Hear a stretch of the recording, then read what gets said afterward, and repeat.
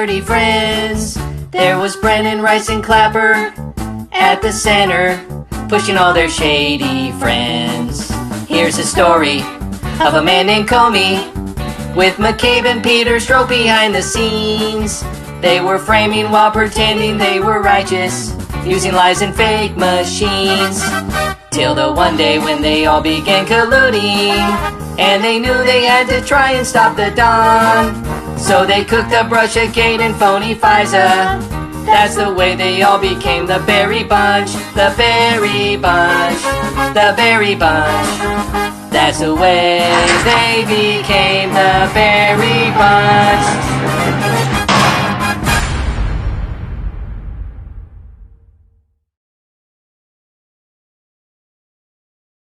We gotcha.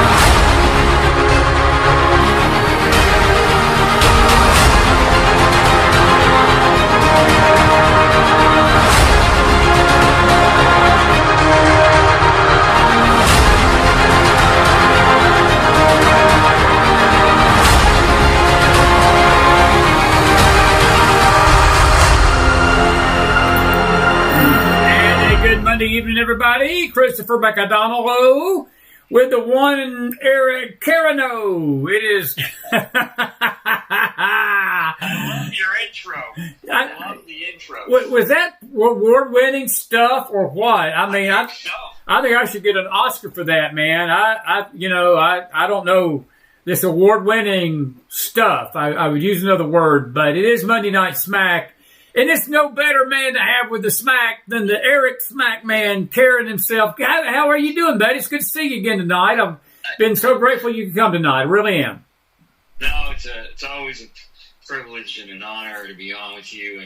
And, all these years coming on, I think finally, as they say, the roosters are coming home to roost here, and we're being proven right.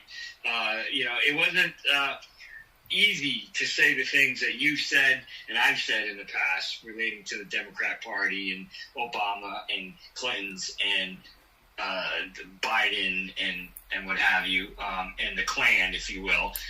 It wasn't easy to say the things that you and I were saying for many years, that the Department of Justice and the CIA and other agencies were weaponized, but you had the courage, and as I did too, to speak truth, and I think the American people are finally seeing the fact that the Democrat Party, I believe, should be abolished.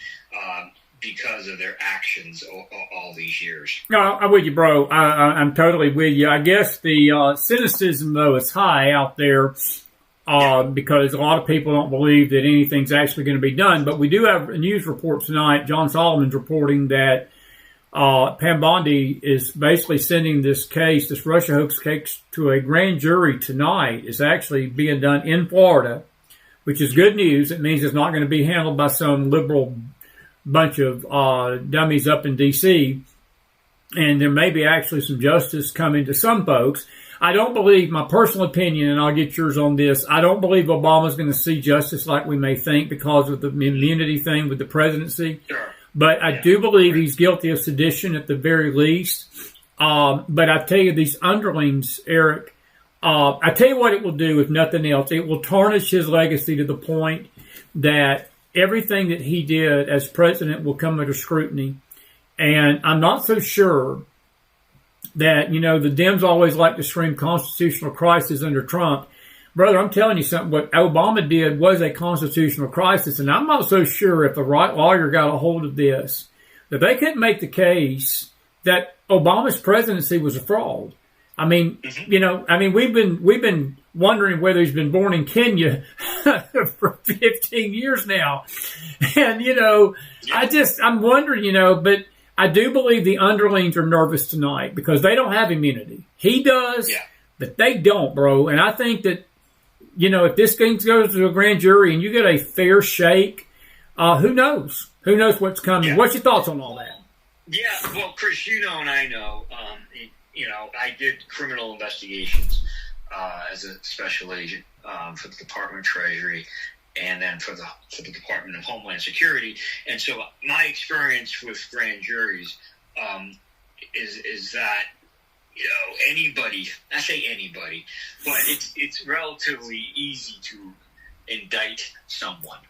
And why is that? I mean, because, as you know, and I'm sure most of the audience is familiar with the grand jury system, is that it's one-sided, and the government, local, state, feds, depending on who's doing the investigation, presents the information and some evidence and what the alleged crimes are to grand jury. And it's usually around, between 12 to 15, give or take, people.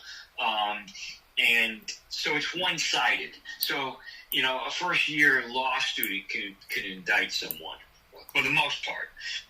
And I'm not trying to take away from the severity of this particular case, but I do believe individuals will be indicted because I believe the evidence is overwhelming that that individuals under Obama and maybe Clinton as well, directing this operation, lied to Congress when they were questioned about the Russian collusion, if you will, meddling in the 2016 election, in statements that Clapper and Brennan and others made to Congress relating to the Russian interference allegation in 2016. They made false statements, and you got to prove, obviously, that they had knowledge that what they were saying was indeed false, right? So we have to show knowledge and intent, two major elements, right? So I do believe that individuals will be indicted. Yeah, I do and too. That's going to be, I think, in the next, my guesstimate, probably within the next few months. Give or take, I would think 2 to 4 months, no longer. And so you can take that. I think take it to the bank that within the next 2 to 4 months, individuals will be indicted because the evidence is there to see. I mean, in here. So this is not I don't think a difficult case. Okay, well, and let's take it beyond the indictment, and because this is where it gets a little tricky, and this is, again, the cynicism that's out there, and I'm very aware of it, and because I know that there's been a call for Pam Bondi's head over this, and there's been a call for us to change course with her, and I don't believe that's a good idea right now. I don't think Pam Bondi could do much about this no more than she's done. We don't want them to throw this on the wall. Look, as you say, you can indict a ham sandwich, as the old saying goes in the legal corners. That's what people say all the time. You can indict a ham sandwich, but convicting a ham sandwich becomes a little bit different. I don't care about the indictment. I want to see a conviction. I want to see them handle this in a way, Eric, not to just throw something on the wall so it can appease the mega meat lovers and they want meat thrown at them. I want justice to be handled right. Now, and look, I got to say this because I know this is not what people want to hear, but it's what people need to hear. If there is a legitimate case and there needs to be accountability, but we need to be careful of this bloodthirst because we're pissed off with what they did to Trump back in 2016. I'm not happy with it. I'm angry about it. I believe it was horrendous. I believe it was hideous. But this has been the argument by many legal people for nearly 9 years now, is did it reach the level of illegality? And again, these people what they've done has been very morally bankrupt. It's a moral bankrupt party. These people deserve jail. They deserve really more than that. But we got to be careful, because if it doesn't raise to the level of illegality, there's going to be no case. And again, I'm afraid that people are going to be very disappointed at the end of this, get disillusioned, just like they did in 2020. And they're going to get frustrated with Trump. They're going to get frustrated with the MAGA party. They're going to get Margie Taylor Greene's out there tonight, literally saying that the MAGA people are not America first. And I don't know what pipe she's smoking. And she's from a home state of Georgia. And, you know, there was a time that I really respected her, and I felt like she was a fighter. And now she's turning out to be nothing more than a political hack. And, you know, what more American first can she want? And it has to do with Israel, and I'm going to get to that in a minute with you. But am I right on that about that we better lower our expectations and realize that the legal process is a little different than our quest on Q and quest on X and our quest on these Telegram channels and all these channels that are screaming for blood tonight? Because while we want that, we better be understanding that that may not how it plays out ultimately. Yeah, correct. And you hope there's an adult within the Department of Justice and the FBI relating to the strike. There's a strike force made up of attorneys and federal investigators to look at this entire issue. And you hope that as a team they come together, you know, what's the allegation, what's the crime, and what are the elements of the crime, and do we have more than enough proof beyond a reasonable doubt, the level of proof needed at trial, to persevere. Because traditionally, I can tell you, Chris, the Department of Justice looks at exactly what you said earlier, is that they look at, yeah, we can indict this guy or this girl on this crime, relating to this crime, but the question is, will we be successful at a trial? Okay. And so they're already thinking that. I mean, and I've said this to you before. I thought Pam Bondi is you know, I think her heart and mind is in the right spot, but she's, again, and I said this to you probably 2 to 3 months ago. You did. I think she may be over her head. I'll agree. Now, you're not the first that's told me that. Go ahead. And unfortunately, it's because it's such a massive agency and a politics, and you know, she doesn't have. She's an outsider without federal experience, federal prosecution experience, and I'm not trying to demean any, you know, take away from her success as a state prosecutor, but I can tell you it's night and day. And then she's overnight the attorney general. So there's so much going on within the department. You got what, 30, give or take, I don't know, overall something like 30,000 employees, maybe, I don't know, between secretaries and analysts and attorneys and you know, you got other you know, other issues under her purview that she's going to be concerned with. So it's a massive responsibility. So I do think there will be indictments, and I'm sure that they are thinking, okay, we're going to be able to indict Clapper, for instance, or Brennan, for instance, for, you know, making false statements. Do you think that will be, let me ask you this, not to interrupt you, but a couple of questions follow up with that, on that, what you just said.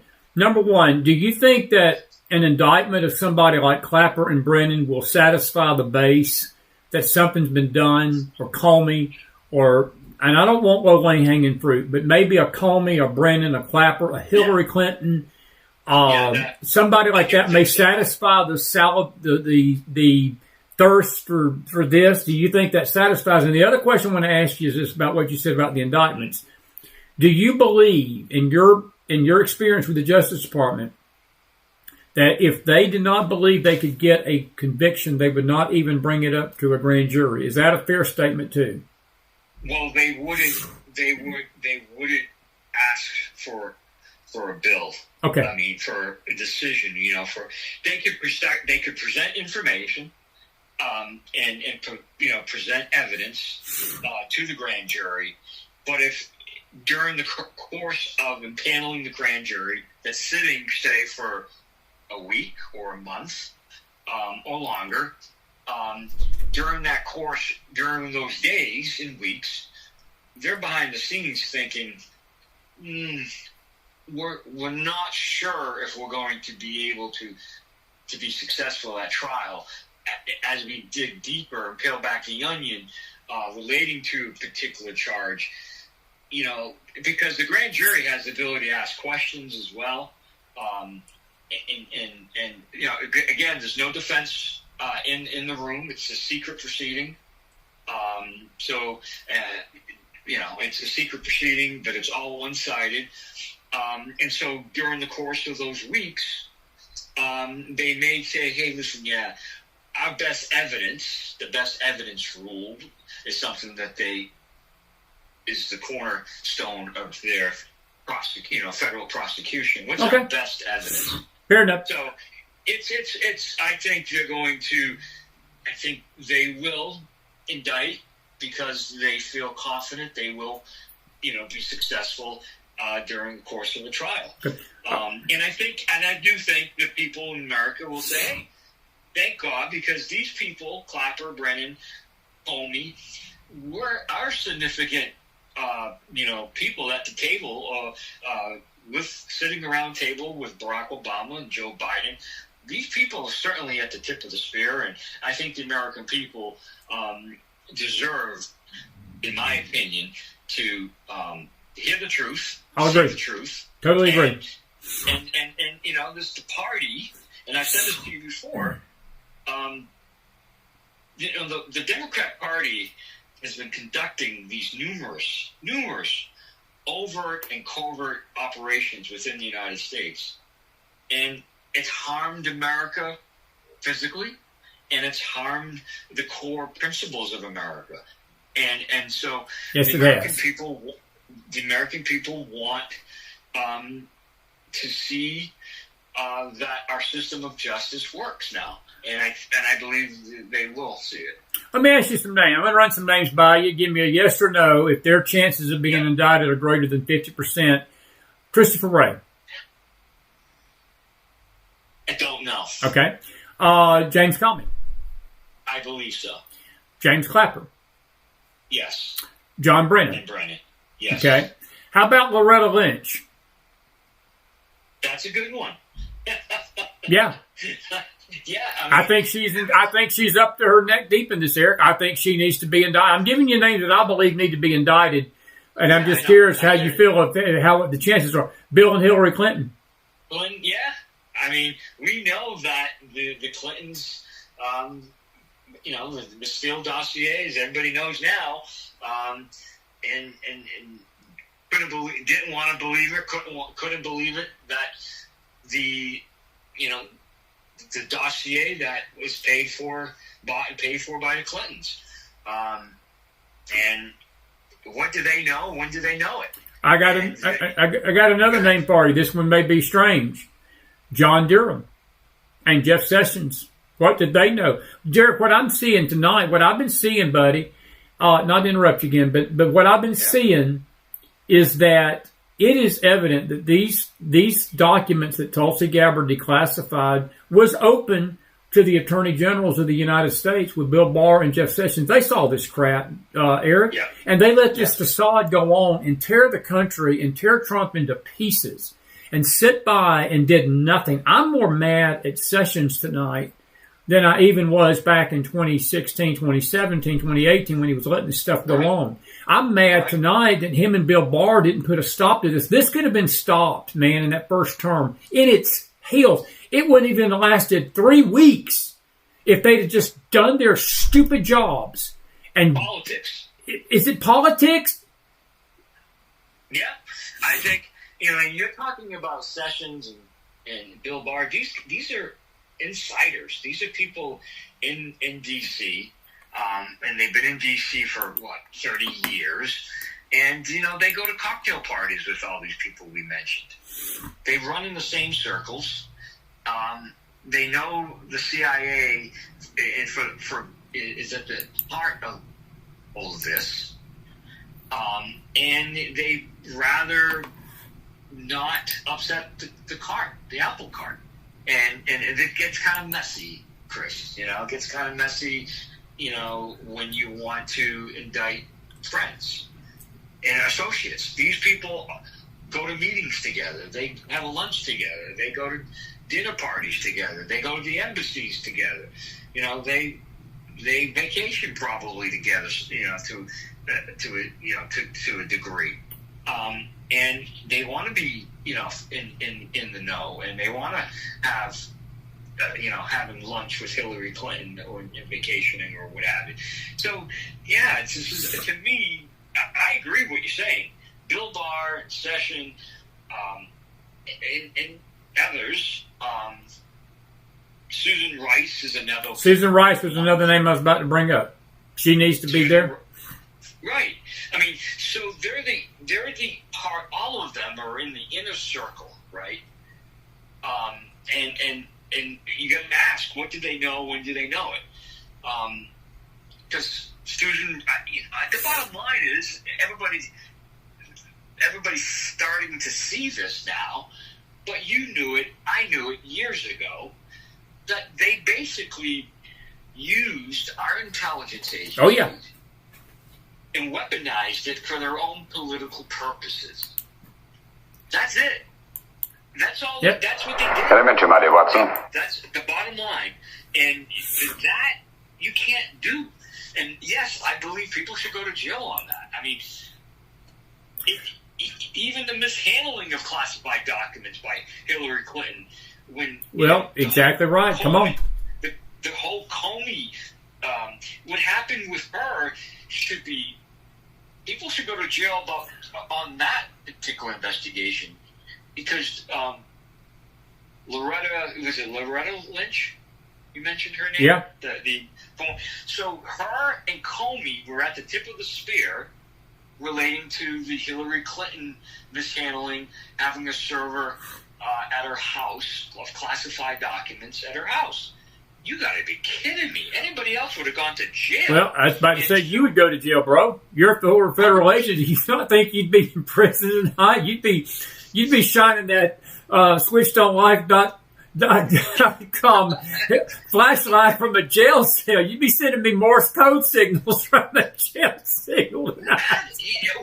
We're joking, but that's if I woke up and my boss found out, yeah, Eric's got a classified computer, not a server. I mean, computer server at his house, and he's doing what? I would put him in handcuffs the next day. And so, when you think back of that investigation and how that was handled, Hillary Clinton got the white glove treatment, and anybody else would have ended up in jail. Loretta Lynch basically said, I'm stepping away as an attorney, exactly right. as the Attorney General, and I'm giving this to the investigative arm, come on, buddy. FBI, come on, to not only investigate, but play attorney as well. But basically cover it up. I mean, I'm hearing rumors tonight, Eric, or heard it over the weekend, that she basically gave a nod to Comey, gave a nod to Clinton. And that tarmac meeting, we still don't know what they talked about. And let me tell you something. I have no doubt in my mind, I have no delusions of grandeur that she told Bill Clinton on that tarmac, you don't have to worry about a thing. We're going to cover for Hillary, and we're going to make sure that this goes away. That's what the rumor is, that's what she told. But she's told others, and there's memos to that effect that she told Comey, just give it a nod, give it a wink, don't worry about it, we're not going to do nothing. I guarantee you they wouldn't have done that to Trump. They'd have put his butt 1,600 feet under the ground. Well, I mean, Comey, again, people have to understand, this has never been done. This is like saying Eric, we want you to be the investigator. And Eric, not only do we want you to be the investigator, but we want you to put on an attorney's hat, and we want you to be the prosecutor as well. Right. It's never, ever happened before in America that the FBI director, Homeland Security Investigations director, DEA director gets up and says, I'm in charge of not only investigating but prosecuting. That doesn't happen in America. And so Comey put on both hats. And I agree 100% what you said. Lynch said, hey, Comey, do me a favor. You handle this because it's too hot for me. And so we'll just kind of whitewash this and make it look like you've done your investigation and get up in front of the press and say that she did not intentionally mishandle classified information, because that's what the statute says. Make sure you just use the word carelessness. I know. I mean, bro, me and you've known each other going on 7 years now. It's hard to believe that. Isn't this some messed up stuff? And I could use some other words for this tonight, but this is the messed up stuff, is it not? It is. It is. And so, I mean, that case, for instance, right?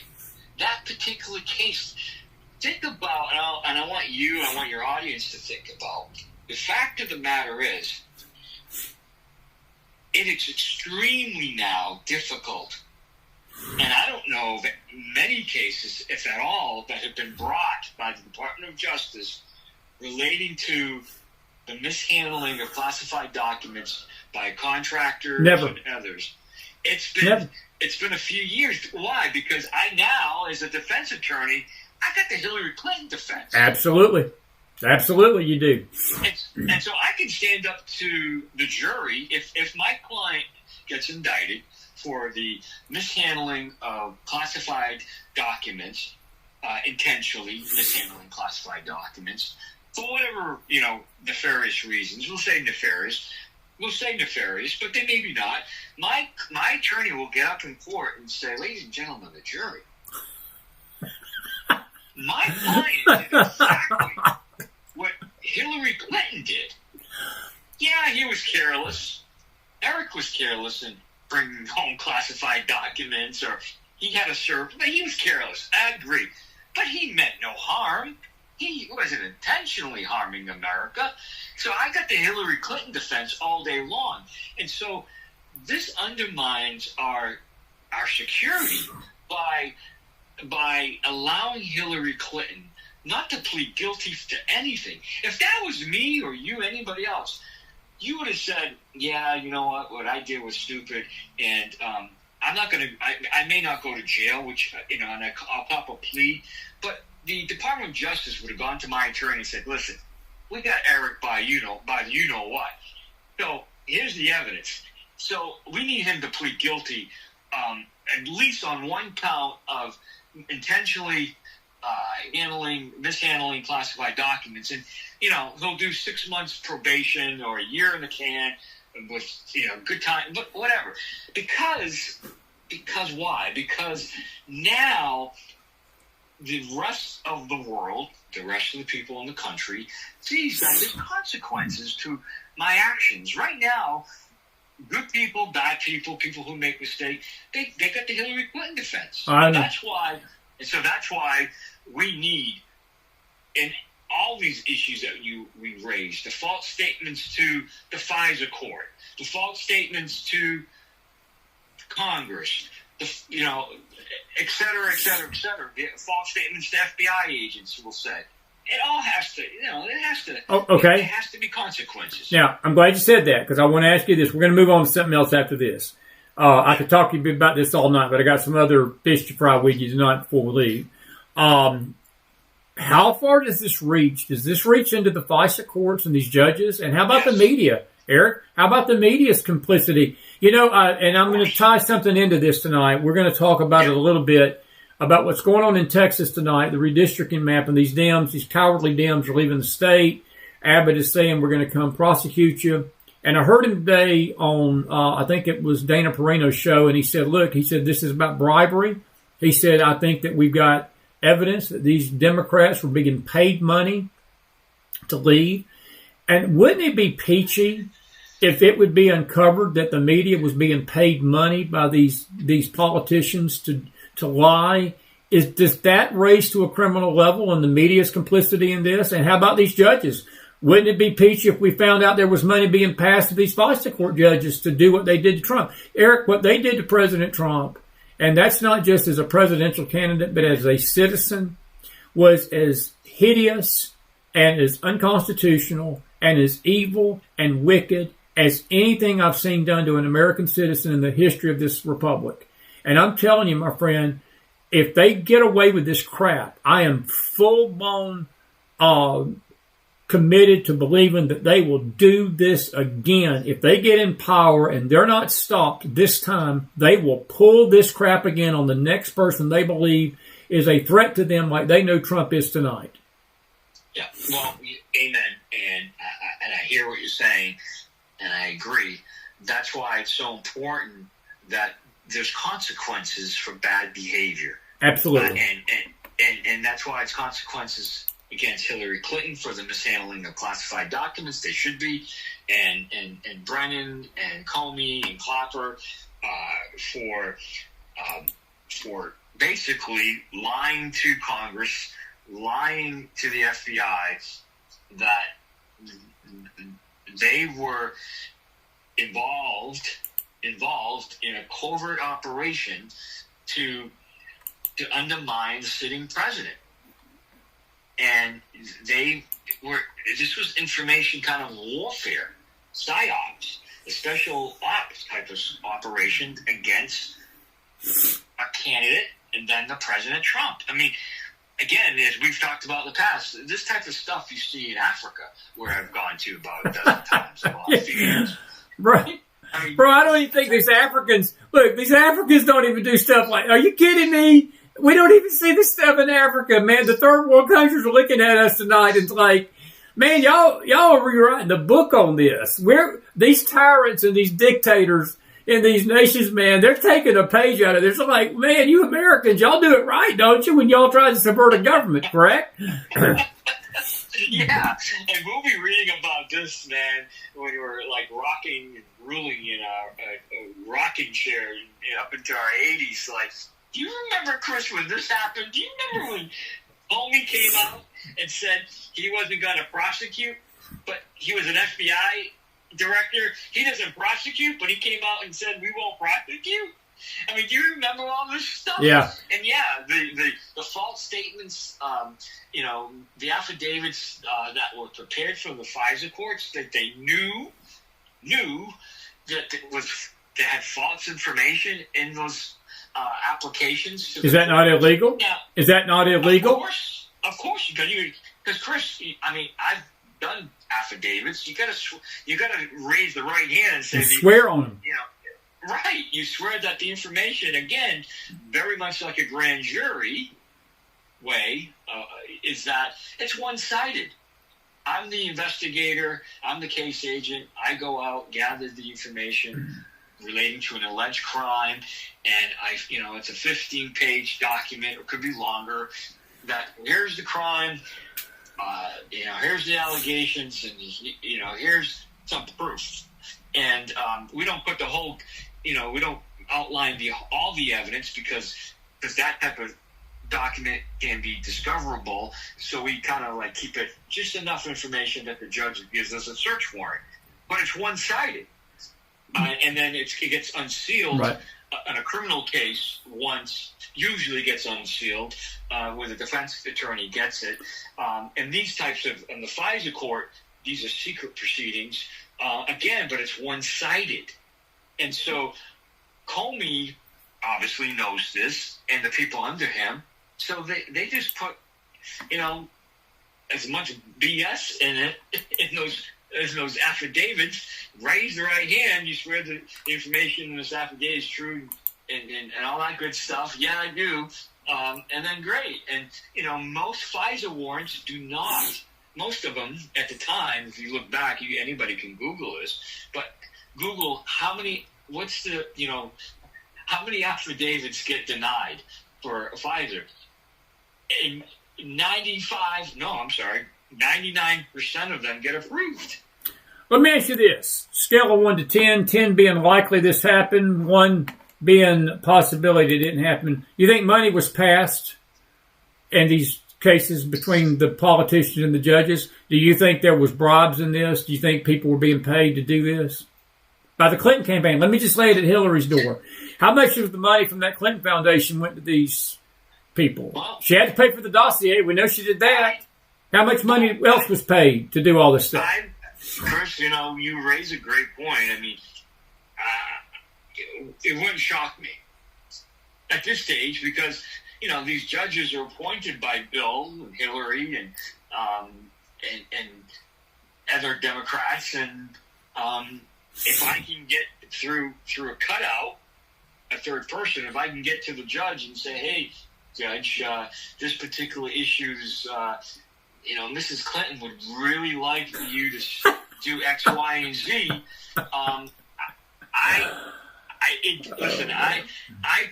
That wouldn't surprise me. Okay, I mean, I can tell you, I have my suspicion on another case that I won't go into because it's a long case, a federal case, where the judge was appointed by Hillary and Bill Clinton, and this particular bad guy got off, and this involves actually a diplomat from the United Arab Emirates charged with human trafficking, and but there was a lot of pressure put on the judge, I think, and it was a bench trial, so not a jury, a bench trial that the defense asked for, and he was found not guilty by the judge.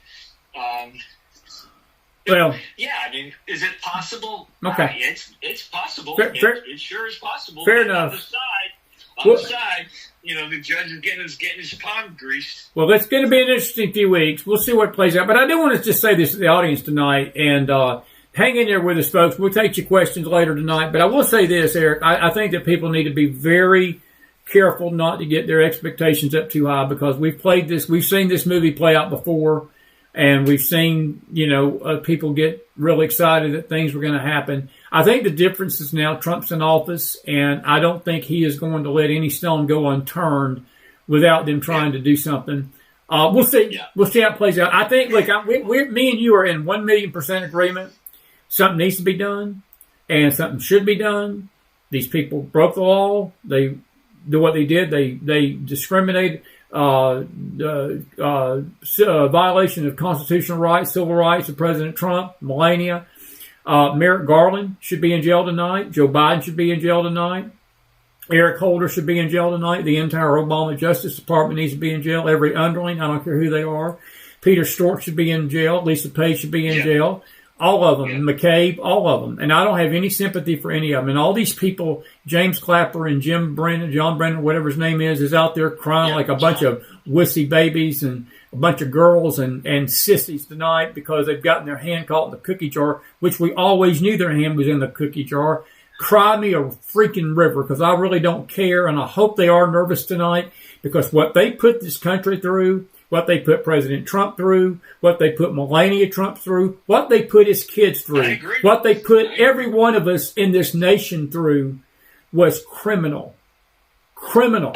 But, as having said all that, what can be proven in a court of law is a lot different than how we feel in our anger tonight. So we'll just play this now. I've got a serious question to ask you, because I had a friend, my dear sister Mac up in Dayton. She sent me a message over the weekend about this, and I was aware of it, but I promised her that I would run this by you tonight, because it didn't get a lot of press over the weekend, and it should have gotten more than it did. But President Trump sent 2 nuclear subs into the waters near Russia based upon the rhetoric of a Russian official. And evidently, I'm not going to say it spooked him, but it got his attention enough. Do you see an escalation from your perch, my friend, because you've been in these overseas theaters and you know how it is in this world, do you see an escalation between the Russians and us militarily?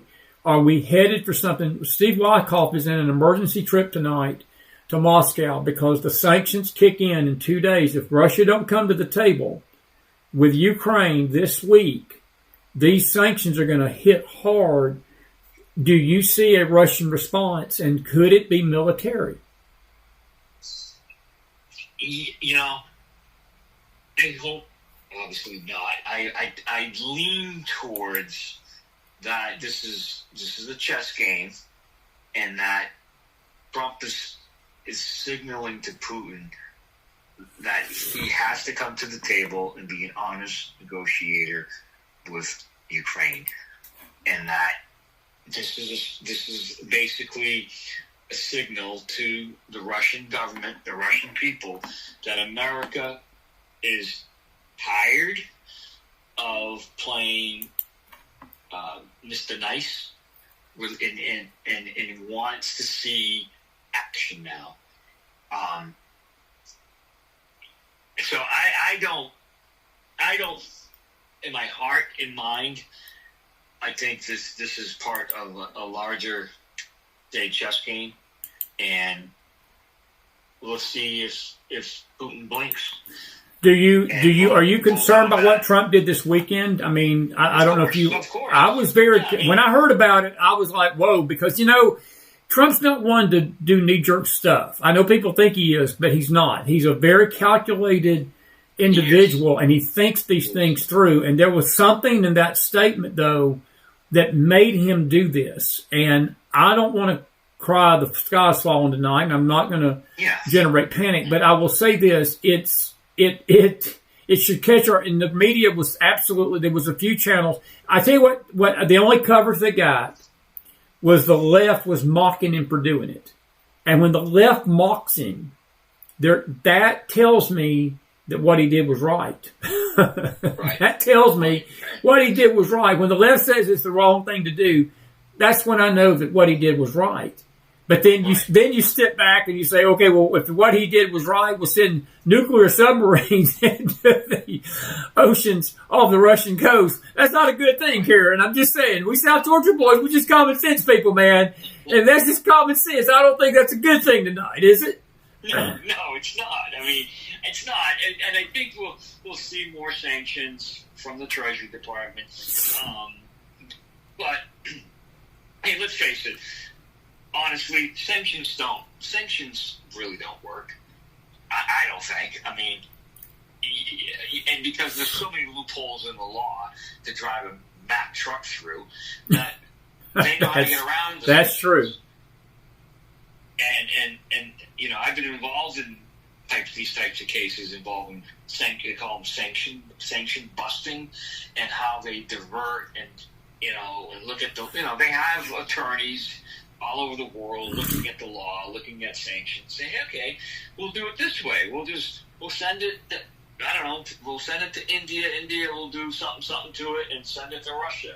And so there'll be criminal smuggling routes, and there'll be, dicing up the law and make it legal to send stuff from Russia to India again. So these sanctions, although we talk tough, and Biden did the same thing, like, oh, we're imposing X amount of sanctions against these people and this company. Russia doesn't care. Okay. Do you, as Eric Caron, both as a former federal agent, a citizen tonight, and somebody that, again, has served in these theaters, buddy, you stood up against some bad guys and bad amigos. Is Putin just trying to hold out for a deal that he gets some favorable things with Ukraine out of this, or do you think that he's really going to be that stupid to go after us and attack us? No, I don't. Listen, my gut says no. Okay. He's got enough on his plate right now with Ukraine. How many dead Russians are there tonight? Over a million. Man, both sides have had over 1 million casualties. Eric, this thing has gotten ugly. I mean, think about how many people have died in this senseless war since, 2022? It's been raging for 3 years over a bunch of rockland, about wilderness land. It's wilderness land what they're fighting over. I'm as shocked as probably you are that this is still going on. I was in the camp where that this would be over in 6 months or less. And maybe it's all the weapons and the technology, and et cetera, that were given the Ukrainian army to keep its head above water. But, Trump's right. To what end? Because, Ukraine's not going to beat Russia, beat them and win, per se. Right. I don't, that would be like a miracle. Yeah. Okay. I mean, it's possible, but I just think Russia needs to save face. They want the Crimea and that land, and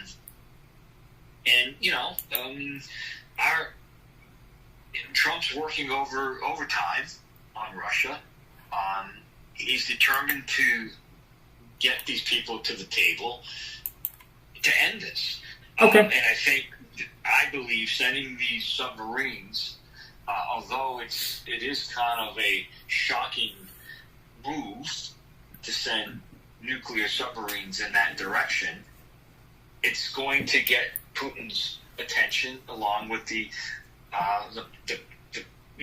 population in Russia to say, come on, we got to tone this down. Okay. We gotta get this resolved and get this war over with Ukraine.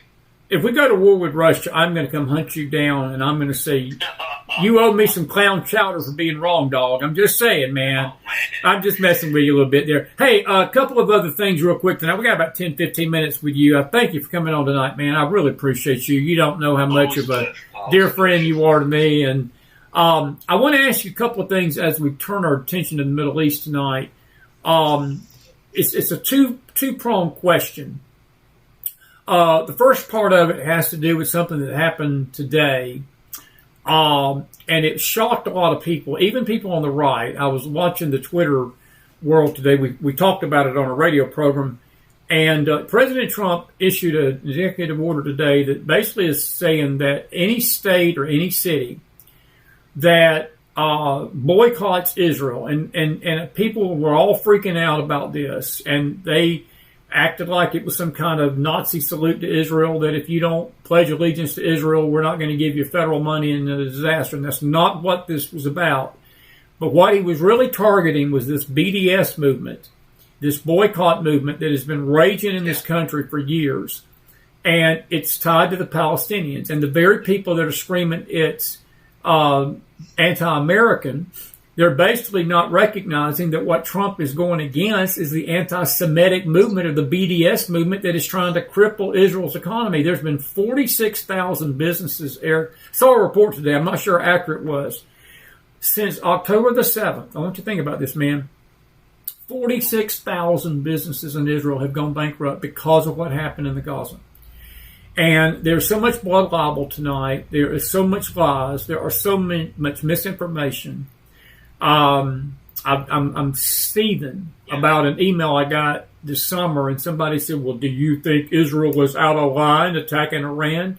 No, I don't think Israel was out of line attacking Iran. I think Israel should have blown a freaking hole in Iran the size of Texas and taken care of the mullahs and dealt with it, because Iran, though weakened, is still going to be her enemy. Not that it was going to change the course of events in history, but I think that it's a pretty clear situation that whatever Israel did, it got Iran's attention, because Iran ain't done it again.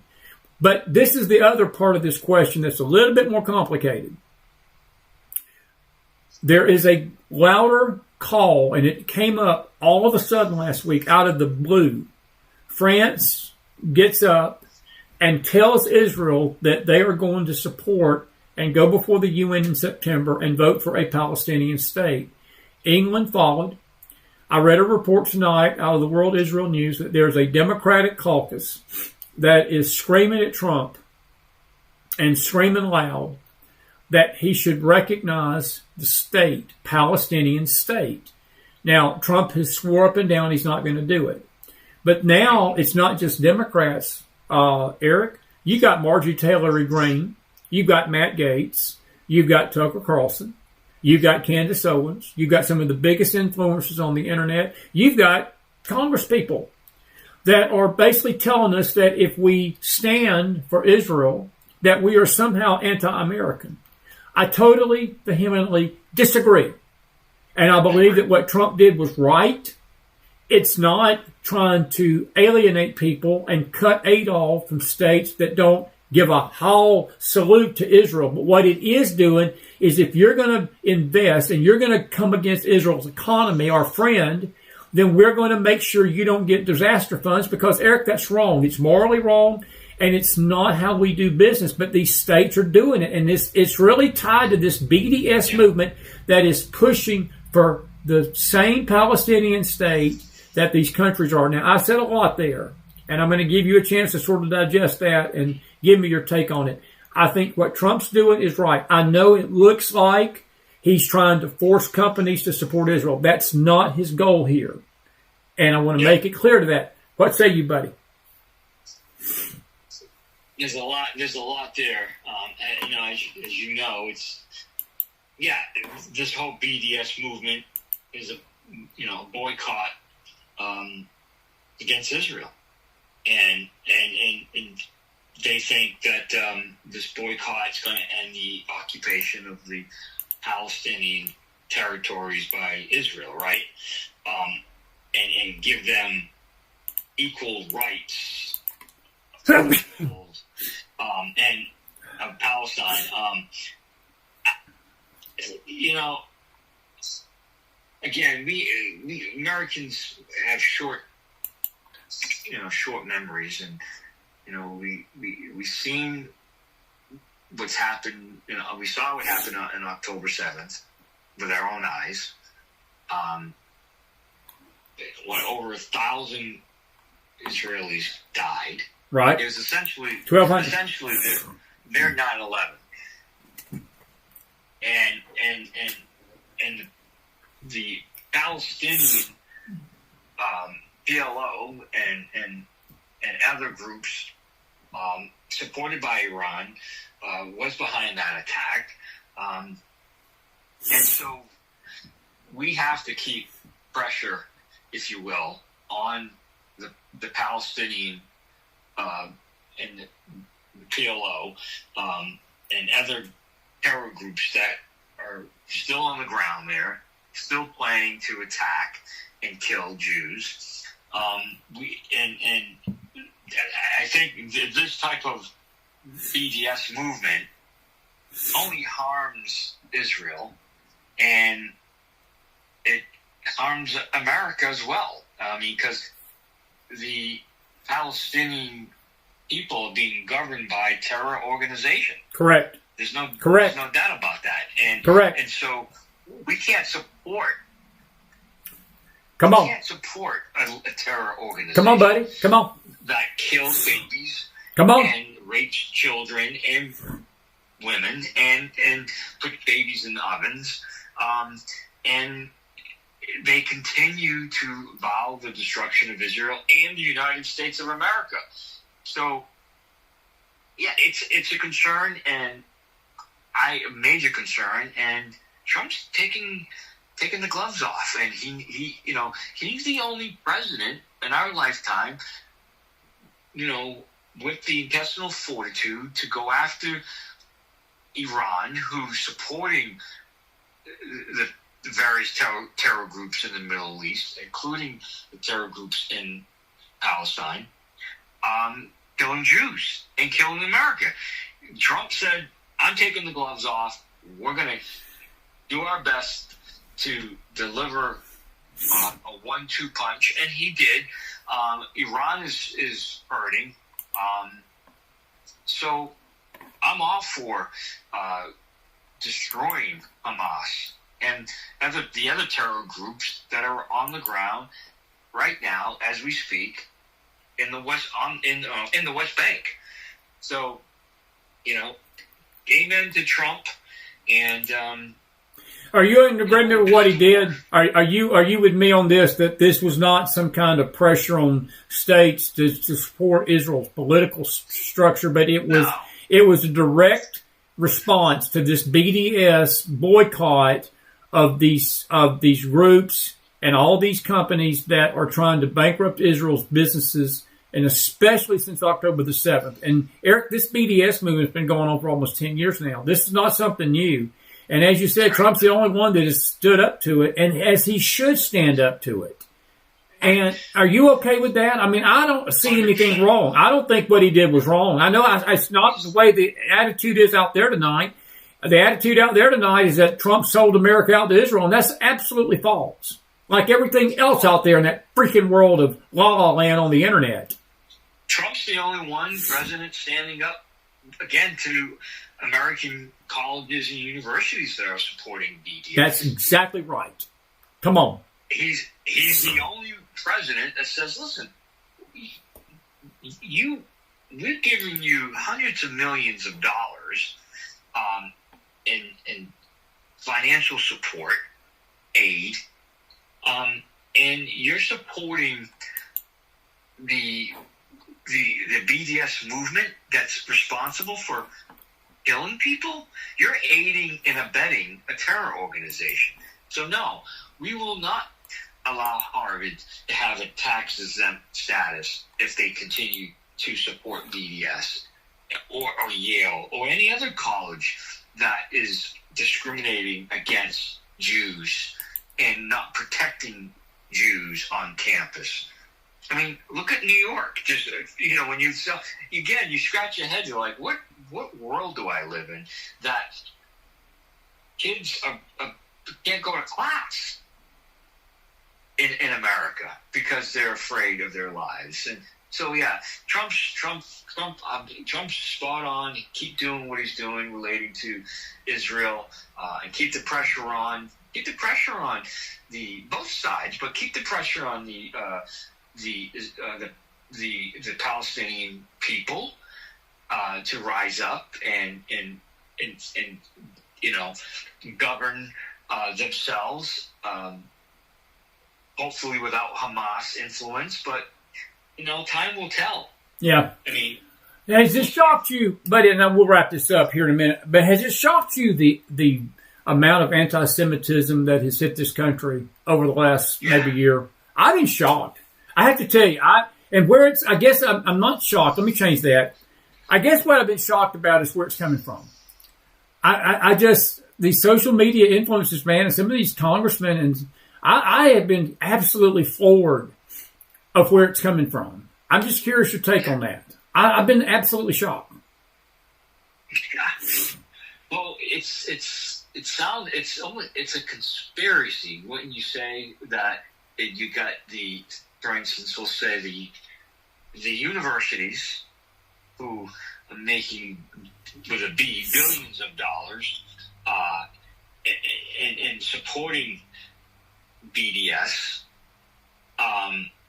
and LGBTQ plus garbage, and educating, our children that men can have babies. And so you got the universities colluding with our media in America, such as, what do you call it? The Clinton Network there, CNN there? Clinton News Network, yeah. I got another name for it, but go ahead, yeah. And so, there's certainly collusion. There's collusion. You talk about collusion. There's collusion with the media, these anti-Israel groups, and corporations and institutions and colleges as well. So it's kind of a conspiracy, if you will, two or more organizations conspiring to basically undermine our democracy and threaten the Jews in America. I'm with you on that. I'm with you on that. But Chris, I'll just end with this on this particular issue. Just look at what's happening in London. Thank you. Come on. With the Sharia law and the black groups that are out there in London that are killing and maiming and slashing people in daylight. So you have radicals in London taken to the streets and feel pretty comfortable that they can do and say whatever they want. And I pray that doesn't come here in America, that we don't have, groups of Muslim extremists who believe that we should dig a hole and put a woman in a hole that is raped and stone her to death because she's been raped, because she had sex outside of marriage and she's been raped and whatever. So we got to be careful. We just look towards London, look to France. And we don't want that to come here. And let me give you a little closer place to look. Eric is up there near your neck of the woods, brother, New York City. They're on the brink of electing a socialist Marxist, a Marxist Islamic Marxist man. He's going to bring Sharia law. He is going, and I don't care what he's lying about and saying that he's backed off his positions about defunding the police and defunding his Free Palestine thoughts. No, he's not backed off. He's a politician, and he is going to say whatever he can to get people to believe he's this 33-year-old savior of New York City, and he's going to take over the grocery stores like that really worked in Venezuela and Cuba and other communist nations out there where people starved to death and was eating animals and so forth and eating dogs. Yeah. Buddy, we're on the brink of that right here. It's not just London tonight I'm worried about in France, brother. It's a good old US of A. We're on the brink of this. Yeah, I mean, he was born in Uganda, in Kampala, which I've been there. Too. I've been there too. Been there. It's a quite interesting African country, but we can't have a socialist, being the mayor of one of the largest, if not the largest city in America. Think what's going to happen from day one. What he's going to implement, the defunding of police and BLM and rights for illegal aliens to be able to vote in their elections. It's going to turn New York City upside down, and we can't afford that because, as you know, so goes New York, so goes many other cities. Well, Minneapolis is facing the same choice tonight. They've got an Islamic Marxist that they're going to try to elect as well. And I wouldn't doubt if other cities don't follow suit. Hey, real quick tonight, what's your thoughts on 2026 and these midterms? Are you feel good the Republicans are going to hold on to the Senate and House, or can we even trust these rhinos to do their job if we do? They asked me tonight, Chris. I do believe that we will hold on to the House and Senate. Okay. I just think the Democrat Party is in such a disarray, and you've seen the news, and you follow the numbers. They can't agree amongst themselves what to do and how to do it, and they know themselves that the Democrat Party is in disarray. And so, anything's possible. But right now, as of tonight, the party is unorganized, without a leader, a real leader, to look to. Because it's not Kamala Harris. And so they're not well organized. They're probably not as well funded as well right now. I mean, I would guess they're so disjointed in their priorities, disjointed in how they're rolling out their priorities and describing what their goals are, that the American people, I think, are just turned off by it. Do you think Kamala runs for president? I know she says no to the governor. Do you think that's a sort of a tip of the hat that she's going for 2028, not 2026? Yeah, it wouldn't surprise me. It wouldn't surprise me. And Hillary wouldn't surprise me either. Really? I mean, you think she tried again? I do. I mean, their egos, Chris, they just can't help themselves, dude. Well, that's true there. I mean, Hillary just can't help herself. I mean, she really can't. Okay. I mean, the Secretary of State, she just loves having the door open for her all day, every day. So, I mean, I interacted with her. I actually interacted with her a little bit when she would visit the UAE. And again, power hungry. She's power hungry. So I don't see her. I think she's going to have a hard time staying on the sidelines. Okay. Well, I'll when this happens, I will owe you clam chowder for that one. If the Russians attack us, you have to buy me clam chowder. If Hillary gets in the race, I owe you one. So we'll see, bro. I hope neither one of us are right. To just be honest with you, I hope neither one of us are right on that. Well, hey, what do you think? Do you think Gavin? I don't think Gavin Newsom could run for rat catcher right now. I think that he has destroyed his brand. Yeah, and I think that there's going to be a dark horse. But I will tell you what I do believe. And even Bill Maher, and I'm no fan of Bill Maher, but I laugh at Bill because he's got he's just got that sarcasm about him that I got. And I may not agree with the thing that he says morally or politically, but Bill Maher basically told the Dems this weekend that if you put Zomar Mandami in that office in New York City, you have as good as handed the Republicans the presidency for the next 16 years. Because he said nobody will trust a Democrat to run the country ever again. If the Democrats are that stupid to put an Islamic Marxist over the biggest city in America, he said it is going to be the death blow to the Dem Party. Now, that's Bill Maher talking. But I tend to agree with Bill. So I think that a lot's going to depend on what happens in New York City, Eric. That's just my gut. Well, I mean, I may be wrong about that. No. I think you're right. I think New York, and I do think the pending indictments. Yes, that's going to be a big play. Yeah. Clapper, and the evidence is going to be there for people to see. I mean, I think most people with eyes to see, ears to hear, when they looked at the Trump case, it was so disjointed and so weak. It was so weak that you're like, hey, where's the there? Where's the crime that we're alleging here?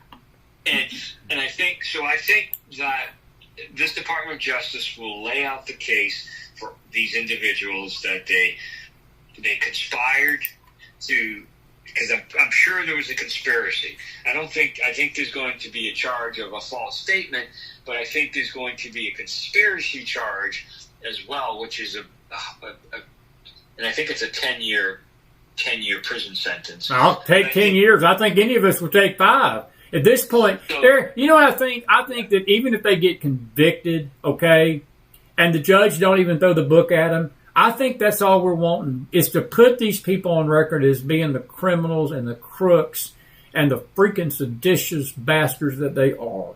And I think that would go a long way in healing this country. I just do.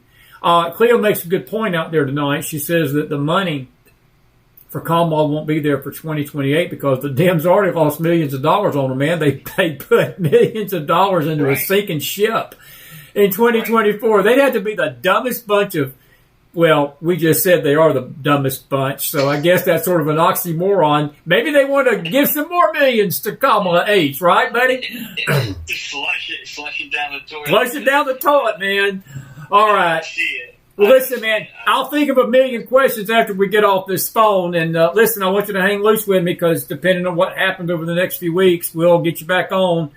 And I really thank you for coming on this Monday night. This is one of our biggest watch shows of the week, and I'm glad you were the one on the hook tonight. And grateful for you, man. I'm gonna give you final thoughts. Tell everybody about your book, and I'll wrap this up for us after this.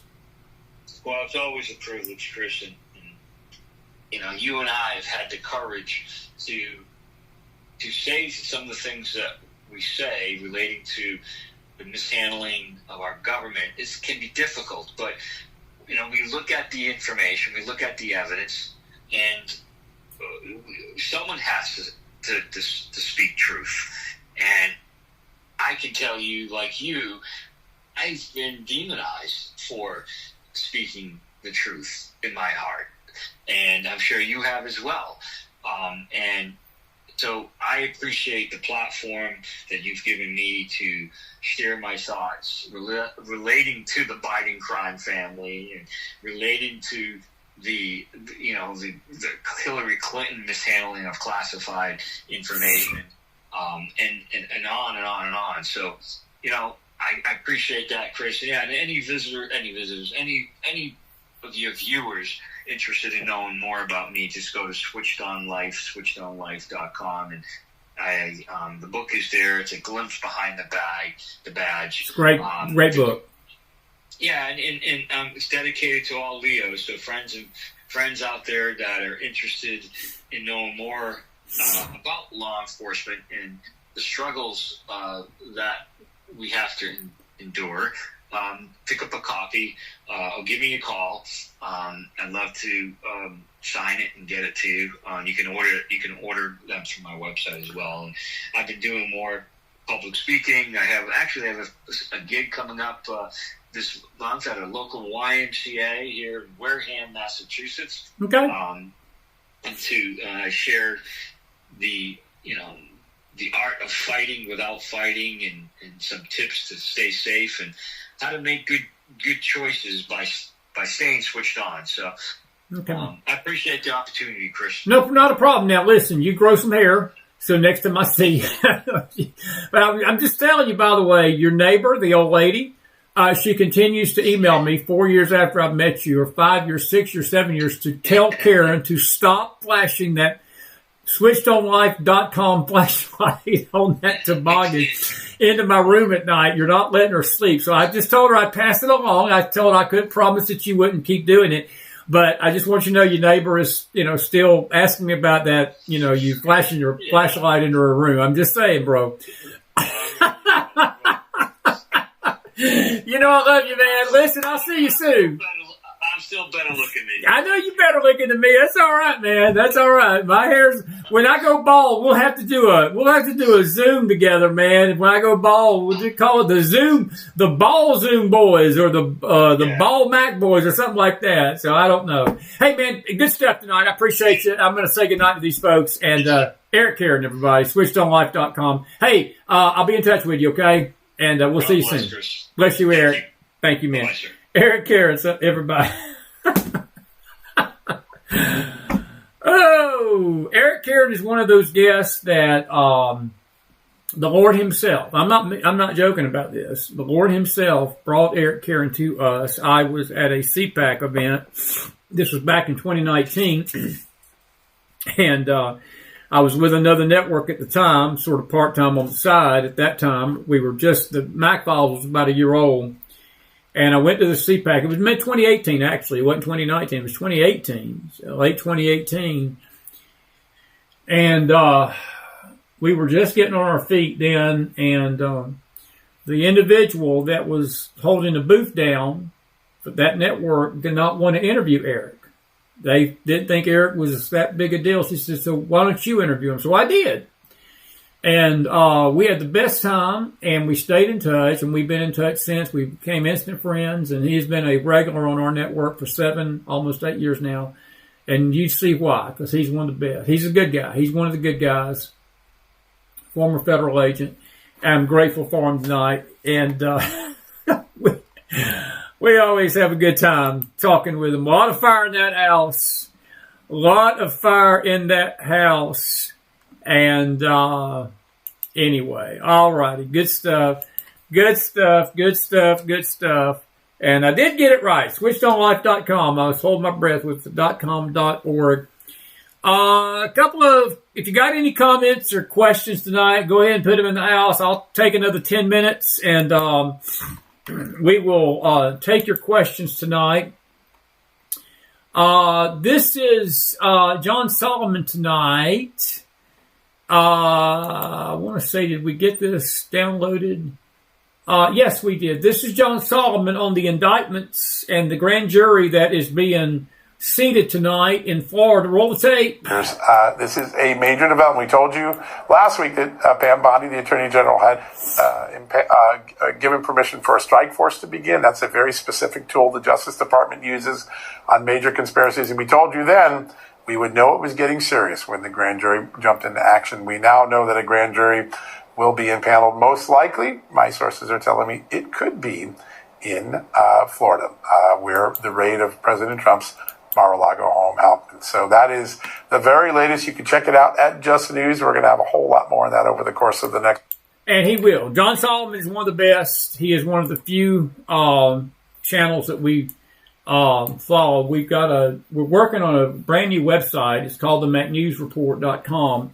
We got it somewhat finished. We still got some work to do on it until we actually bring it out to you. Can't get this hat to stay on straight tonight. But he is one of the links. We don't put just anybody's link on our stuff. We're very, very careful about where we send people. He's a good man. And when he's saying that, then I take stock that we've got some news about to happen.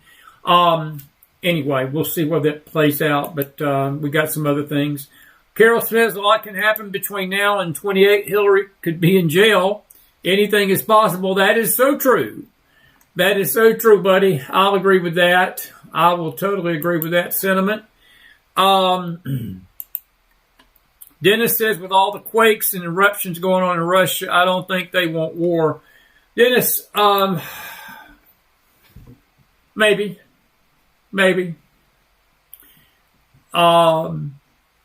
I saw someone say tonight it was all a sign. I don't know about that, but I will tell you this. We live in a very unstable world, and we live in an unstable time.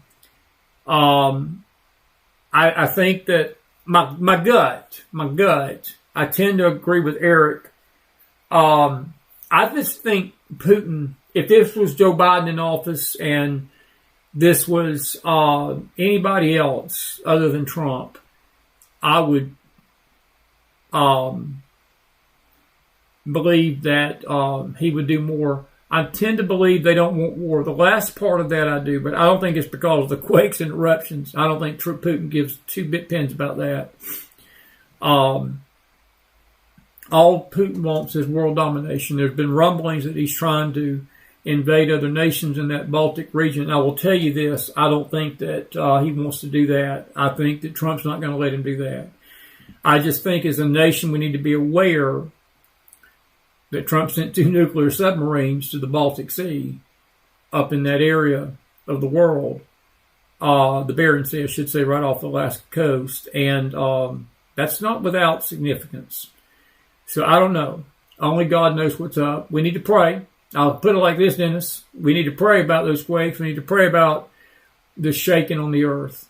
Wars and rumors of war. It's part of the end times. It's part of the end times, buddy. I do agree they don't want war. He thinks he does, but he don't want to mess with the United States. I don't think they expected the Ukrainians to put up that big a fight. And I'm with Elaine Willard about sending money. I think that the Ukrainians have extorted us for enough money already. It's a very complicated situation and a mess. It's just one big mess. And either way we go in this, we've already lost billions, almost trillions of dollars over there, billions at least, hundreds of billions of dollars. Can't lose much more. But we've got to bring this to a close somehow. And I don't know if Trump can. I don't know where this all ends. And I guess what's always puzzled me is that I still don't know the end game of Putin other than just conquest. Because it ain't like it's oil. It's not about Ukraine's oil or whatever. It's just Putin wants that territory, and he wants to regain and rebuild the Soviet empire that once was, and that's not going to happen. I just do not believe it's going to happen. I may be wrong about that, but I tend to believe that's his motive. And anyway, we'll see how this plays out. I agree with you. I don't think they want war. Anyway, let's see what we got here. Mary Cleveland says, I find it perplexing that a former president or a sitting president cannot be indicted for sedition. He worked against our country. That makes him an enemy. Mary, in a normal world, that would be correct. But you got to remember, just a month ago, the Supreme Court ruled, and this was out of all this lawfare and all of this Letitia James, all this stuff they were doing against Trump. And a lot of these cases, the Georgia case, the classified document case, the Jack Smith case, all of these lawfare cases against Trump, they took it to the Supreme Court. Supreme Court said whatever Trump did while he was president is covered under the Presidential Immunity Act. And Obama's using that tonight, and a lot of legal experts have said that it doesn't matter. You're right in your perspective. Your perspective is correct. I agree with everything you just said. Everything. But the perplexing part should not be perplexing in the fact that, unfortunately, under our Constitution, and the Supreme Court had a lot to do with this in the spring. I guess it was May when they ruled this, May or June, that a president has immunity of anything he does while he's in office. I don't know if that was good or bad. And, we on the right, we said, hey, that's great, because that means Trump was shielded from what happened in 2016 or 2017 through this first term, because that's where a lot of these cases were erupting from. And they were trying to get him on so many crazy things, election interference, and all that took place before the election of 2020. So it was just an unreal onslaught of lawfare against him. But I think that ultimately it's going to be the same thing that helped Trump stop those cases are going to be the same thing that shields Obama from any kind of indictment. What it does not shield him from, and what it does not shield his cronies from, is them. The cronies are in trouble. Look, I'm with you. It is sedition. What he did was sedition. It's not treason because it really didn't involve a foreign country. But what he did in subverting a sitting president was sedition. And I will just say this tonight about a whole bunch of them. We may or may not see justice on this side of the grave. They may not see justice on this side of the grave. But there's a court in heaven that they won't have immunity from. And I don't mean that lightly, folks. And I pray for them. I pray for all of these folks involved in this.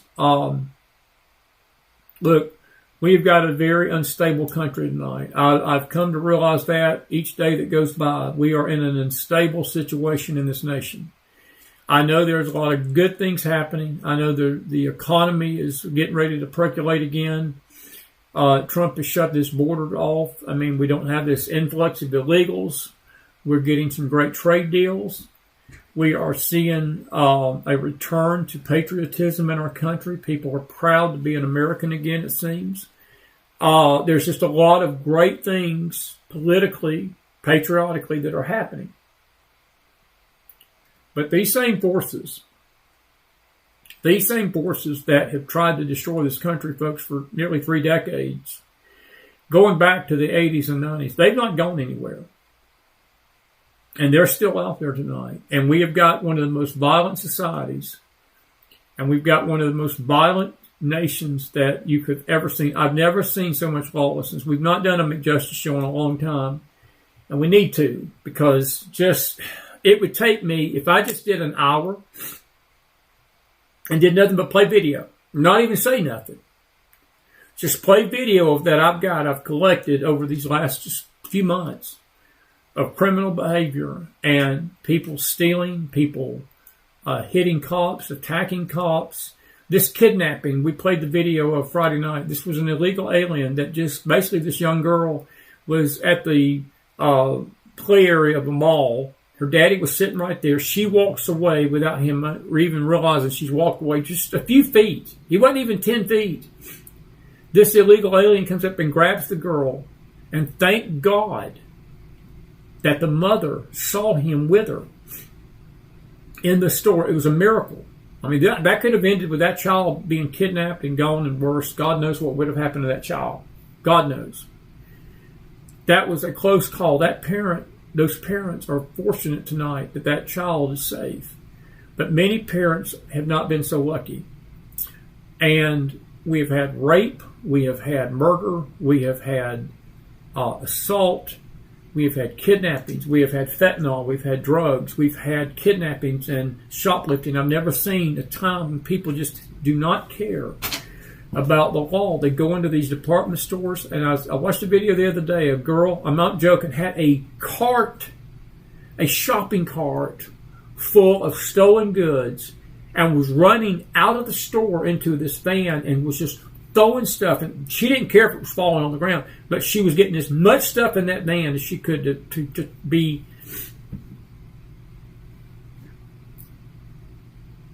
basically taken illegally. And then you've got the Cincinnati situation. I don't even want to get into this. I'll be here all night talking about this. We may talk about this more tomorrow night. But the Cincinnati situation has really burned me to the core. These two white folks that got basically pummeled by a gang of 5 black people. And the mayor of Cincinnati coming out this weekend and saying this is not a priority for us. We've got more important things to talk about. So we're not even going to care what happens to those 2 white people. I wonder tonight, had that been reversed, if he would feel the same way. He wouldn't. And I love you black folks. This is not a racial thing to me. Because you know something? I would feel just as bad if it had been 5 white people that beat up 2 black people. It would be the same principle. But the media has twisted this to the point that the coverage of it would have been different, much different, had this been reversed. And we need to stop looking at the color of people's skins when this violence takes place. It's violence across the board. But because we're in an unstable society and we're losing our way with God, and we've been losing our way with God for a long time, folks, it ultimately don't matter what our economy does and all these things, as wonderful blessings as they are. A people that do not care for their country and they want to see their country delve into this violence, it doesn't matter what you lay in front of them. It doesn't matter how God blesses this country. See, these blessings that God's given us, it should be bringing us back to Him. They should be getting us to the point that we want to draw closer to Him and that we want to accept Him and get our hearts right spiritually. That's what the purpose of blessing is. The goodness of God. Paul said this in Romans, that the goodness of God, knoweth, O man, that the goodness of God draws you to repentance. See, God don't want to destroy this nation. He really don't. It's almost like we're begging Him to. It's almost like America's begging Him to. It's sad to me. We're in a very violent time. We're in an unstable time, just like it was in the days of Noah, just like it was in the days of Lot. And then I look at this Israel situation as I close tonight. And this spirit, this absolute arrogant, smug spirit that is on many Christians, that is on so many self-righteous individuals and many people that are blind. And there's a spirit on them. It's just like this dullness. It's not even blindness. It's a dullness on their senses. And they are absolutely dull to the plans and purposes of God. And they can justify a nation threatening Israel with nuke weapons. They can justify that, and they can say, well, Israel deserves that. They can justify the Hamas killings and the slaughter of innocents, and as Eric alluded to tonight, the raping of women, the raping of babies, the raping and the burning of babies in ovens, and all the atrocities that the world has forgotten about. We're coming up in October, folks, on the 2-year anniversary of that. Can you believe that? 2 years ago in October, this is when this happened. Do you think the world has shed a tear for that? No, they've not. Do you think the Christians in the church have shed a tear for that? No, they've not. At least so-called ones haven't. Israel continues to fight this blood libel every day. Nothing but lies. New York Times posted a picture in their newspaper this weekend of a so quote unquote starvation victim. Come to find out, it wasn't from Gaza, but that's what they reported. They corrected the story on page 46 of the paper. They did not correct it on the front page where they reported the story. And many in the media took that story to say this is proof that Israel's starving the people of Gaza. That's what Israel's fighting tonight. So, all I can tell you all is that we are in the last of the last days, and we better get our spiritual houses in order and make sure that wherever we are in this life tonight, that our hearts are right with God. That's all I can say. I've got no political answers for you. I've got no crystal ball answers. I have no idea where all this is going to wind up. Cleo was telling me down in Australia, they have prohibited 16-year-olds from the internet, and it's like 1984 is unfolding before us, George Orwell, and they're going to require a citizen ID. I want you to listen to me very carefully. They're going to require you at the first of the year to have an ID to get on the internet. And that's the start, folks. It's the start of them tagging and identifying you. And I'm not saying that's the mark of the beast or anything like that. So I'm not going to go out and say that because I'm not saying that because it's not the mark of the beast. But I put it like this. They're practicing. They're practicing. But see, Australia and England and France and Europe and all the countries of this world that are falling prey to these spirits, folks, should wake America up tonight to realize that's coming here. That's coming here with the wrong leadership. And it just seems to go like water off a duck's back because we're so too freaking concerned about what's going on that internet and what's going on in our world this fog that we live in. We're in an unstable time. It's a time for people to be sober and to people to be stable in their thinking and people to be grounded and people to use some common sense, which is at a premium these days, and to be spiritually minded, which is also at a premium. All righty, I'm done tonight. Listen, may the Lord bless you tonight on this Monday night. We hope you've enjoyed the show with Eric Caron. I sure have enjoyed being with you. I will see you back here in the morning in the Bible study. We'll be back here tomorrow night. We're not sure who we're going to have. Wednesday night, of course, will be our faith night. And then Thursday and Friday night, we'll have shows. And may the Lord bless you. God bless you all for being with us. We appreciate every one of you. Eric Caron, my dear buddy. It's good to have him tonight. It's good stuff tonight. It really was. And I appreciate you being with us. May the Lord bless you. Have a good night out there. And I'll see you back here on the show tomorrow on the back calls. Good night, everybody. Be blessed. Be blessed. Be blessed. Good night.